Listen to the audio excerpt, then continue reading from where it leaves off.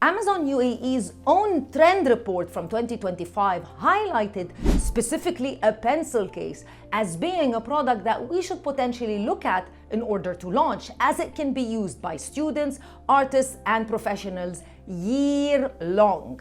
Now, that doesn't mean it's automatically a profitable product, but that shows you that Amazon even suggests selling boring products on Amazon. So in this video, I'll show you my 4-question boring product test, and I'll be using this pencil case as an example. Basically, by the end of this video, you'll know whether a product that you have found requires deeper research as it's a good idea, or if you should simply let it go. Sellers Society is a certified Amazon partner for Amazon in the region, and we've been supporting and helping brands launch their products on Amazon since 2019, primarily on Amazon UAE, Saudi Arabia, Egypt, as well as Turkey. But why does this all matter? Because you might be someone that's looking to launch their business on Amazon. Maybe you already have a full-time business that you're operating, or even maybe you have a full-time job, and you're looking for that revolutionary, one-of-a-kind trending product that not only is gonna be successful, but it's gonna make you a millionaire overnight. Why not? But the reality of the matter is you're looking for something that maybe potentially doesn't even exist, and it takes you so much time to research it to a point where you make no action for months on end. The reality of the matter is you don't need that unicorn type of product. You need a manageable and successful product. So you need a boring product, dare I say. Let's get to work. Now, if this is your first time watching a video on this channel, I hope not. Hi, my name is Crystal from Sellers Society, and the first question of the boring 4-question questionnaire is number 1, does the product have stable demand?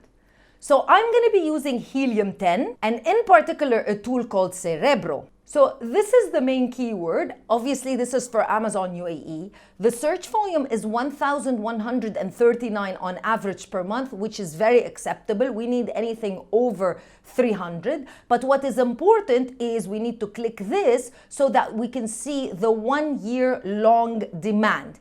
As you can see, and as we already, you probably already know, during the back-to-school season, specifically in anywhere between August and September, we see a very big spike in demand. But then the spike doesn't go down completely. We still have an average of 1,000, maybe 900, 2,000 searches per month, depending on the month. So yes, I would say there is consistent demand for this product with a huge spike during the back-to-school season. So here are the questions that you also need to ask yourself about the product that you are currently researching. Number 1, does it have demand year-round? Number 2, similar to the first question, is it a short demand spike in a particular month and then nothing? Or is it a product that has maybe a demand spike, but then there is still demand throughout the year, very much what we saw with the pencil case? Does the product only sell during insert event season? In this case, for the pencil case, it's going to be back to school season.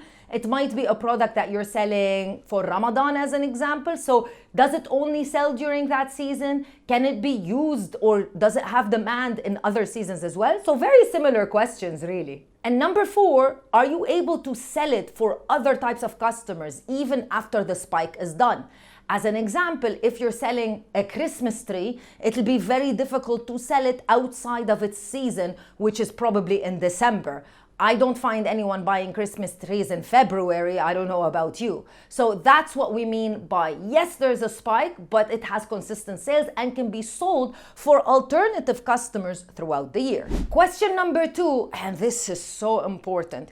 Is the product simple to operate? Not operate by you, but operate by the customer, making your life as a new seller very, very easy and reducing the risks of selling a product that is complicated. You do not want that problem if this is your first business or even your first product that you are launching. So if I were to think about the pencil case, I would say 100% easy to operate. Number one, it's small. Number two, it's lightweight. Definitely not fragile, easy to store, very easy to photograph. You might think, why is this important? Well, how are you going to explain the product to the customer if the product can't be easily photographed and explained via images? And definitely very easy to ship to customers via FBA. So this product in particular, and what you need to think about, are products that do not need batteries, do not need complicated instructions of how to use them or assemble them, and products that do not need or require technical customer support.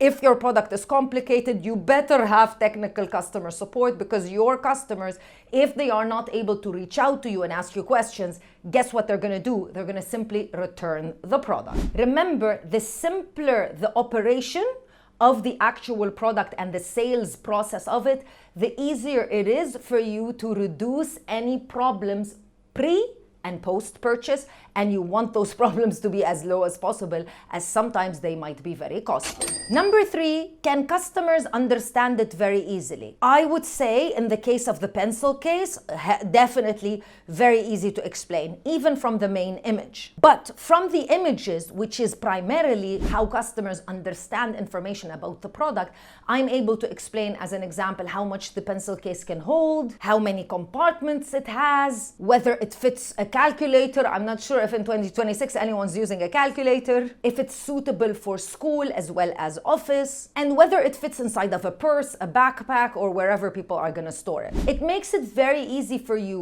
when it's a simple product that can be well photographed and well explained, for you to add the explanation via images. Now, of course, you do want to focus on a USP, a unique selling point of that product, because there's a lot of competition on Amazon, and just because a pencil case is in demand doesn't mean that you can just sell any pencil case. We'll talk about that in the next step, but definitely being able to explain it very clearly via images is a very, very important element. Now, a strong, boring product may solve a lot of problems, but primarily your fourth question should be, is there something realistic for me to improve? Or is there an angle for differentiation? This is where product research is very important. You shouldn't only ask, well, are there sales for this product? You should ask, why are customers unhappy from products that are already existing? Or what changes can I make to the existing products just to stand out? Now, this is where it becomes a little bit more manual in nature. You do need to read reviews. Now, if you can't find good reviews, or if you can't find meaningful information on Amazon.ae, by all means, look at another Amazon marketplace where products have been selling for a while and have a lot of reviews. So basically check what are people not liking? For example, in the pencil case, maybe they don't like the zipper. Maybe the product is too big or too small. Maybe the compartments aren't big enough. Maybe the material is too difficult to clean. Maybe, and I see this a lot, the images don't match the actual product, which annoys customers a lot. So here where it becomes really interesting, you do not need to invent an entirely new product. You just need to identify a repeated frustration from these customers that are leaving negative reviews and fix it. So it's very easy, if it's a zipper problem, to make sure that the supplier that you use has fantastic zippers. That's why you order the product, you order the sample, you utilize it multiple times, and yeah, the zipper is great. And guess what you're gonna be focusing on in your product pages?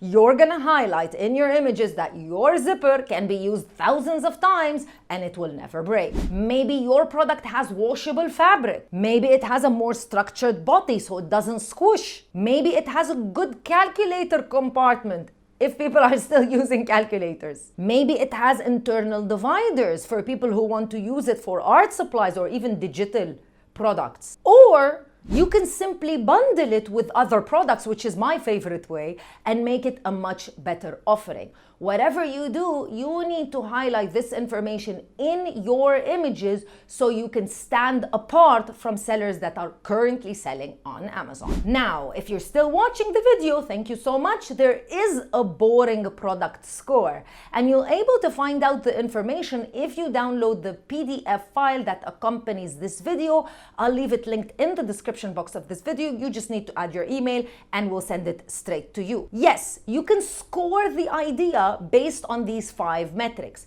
Number 1, stable demand, simple operations, clear customer use case, realistic improvement opportunity, and workable margins, because at the end of the day, we need to make money. The maximum score is 25. And for each of those, you need to assign a number from 1 being the lowest, 5 being the highest. Depending on the score, here's the simple interpretation. Between 18 and 25, this is a good product, continue deeper research. Between 14 and 17, not so much, you can put it on the side or proceed with extreme caution.